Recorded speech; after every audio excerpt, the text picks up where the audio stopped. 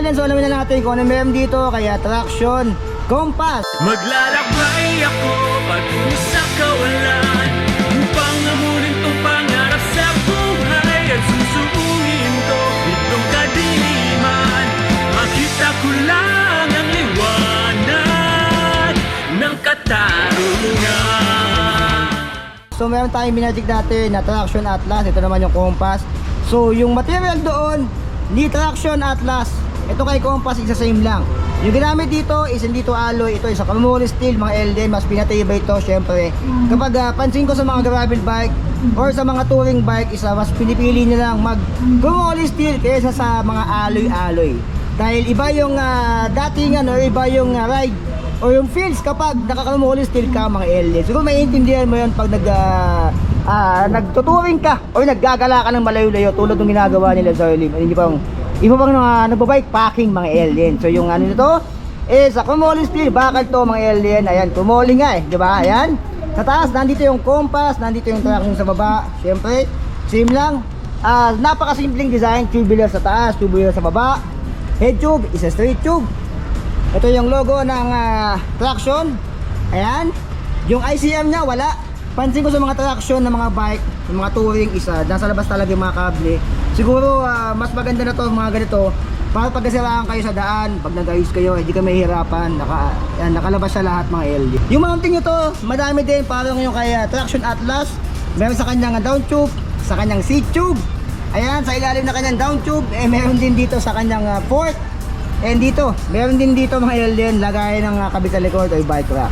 Yung FD nito, wag niyong hanapin sa akin, hindi ko naman kinuha, syempre wala yan. Pero pwede kayo maglagay ng FD.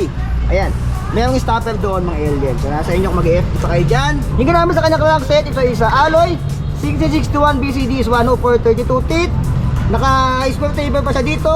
Ito is traction na rin. Yung BB nito sa silver na rin, square type. And pwedeng palitan mga alien kung gusto nyo palitan to. Kanyang chain rin dito. Yung chain na ginamit is a KMC 10 speed to. So magandang klase na rin yan. Hindi kayo papayan ng KMC mga alien. Yung kable niya tumasa ilalim lahat. Ayan. Dito, yung RD niya, yung sa L2 GR7 mga alien. So 10 speed to. And dito naman tayo sa kanyang ano dito, bilangan natin 10 speed, 1, 2, 3, 4, 5, 6, 7, 8, 9, 10. 10 speed yung ginamit dito is sa Sunshine. 10 speed, 11, 40, 16 yung ginamit dito. Ayan. Yung hub dito is a silver na rin mga alien and alloy, kaso wala siyang tatak. Yung spokes bilangan natin 4, 8, 12, 16, 20, 24, 28, 32 yung kanyang spokes dito. Naka-press valve siya. Yung ginamit na gulong sa kanya is, tignan natin mga alien, 700 by 40C CST. Ayan, CST 700 by 40C. Ito yung 40C. So feeling ko kaya pa yun ng mga 48 o 45C. Alawak-lawak pa mga alien, kaya pa rin dyan. Ayan. Meron siyang ano dito, bridge, pang-support yan and lagay ng anti-toxic system. Kung may balak naman kayo maglagay dito ng bike rack sa likod, pwede naman, meron dito, meron din dito mga alien. May mounting. Ito naman sa likod, ito is naka-QR siya or quick release 160mm rotor, 6 volts, and nandito yung kanyang mechanical brake. Dito naman 27.2, alin na rin to mga alien. And hindi siya nagpapayaram na kanyang seat post. Hard plastic na baka sa loob. Dalawa yung adjustan na kanyang upuan. Siyempre bakal itong railings. Bear naman yung ginamit sa kanyang upuan. Yung unahan, siyempre pag ito is chromoly steel din, daming mounting. Pwede kayong maglagay dito ng bike carrier sa unahan na pag ganon. Pag ganon. Ayan mga alien. Ito yung mounting na yan, pag ganon yan. Pag ganon eh. Ayan. Ayan, chromoly steel din to mga alien. Pwede kayong maglagay dito ng kung ano-ano. Siyempre, same lang to sa likod. Naka-QR, double wall alloy ring. And traction na rin pala yung ginamit sa kanyang hubs. Silver na rin. Yung spokes sa 32, double wall alloy ring, CST 740 yung ginamit dito. Ito naman 160mm rotor, 6 volts and mechanical siya dito. Head tube is non-tapered and meron siyang barrel adjustment dito. Sa taas, naka 70 degree rise and 60mm. Yung clamping sa 31.8. And yung neck naman, yung kanyang headset dito. Yung kanyang drop bar is 420mm tubular.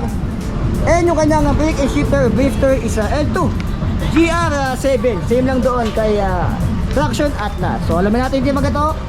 ni Traction Compass. Okay, alamin natin yung timbang ito ni Traction Compass in 3, 2, 1. Okay. Nasa 12 kilo lang siya.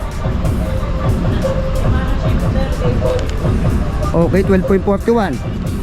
Yan yung unang timbang, 12.41. Pangalawang timbang, 3, 2, 1.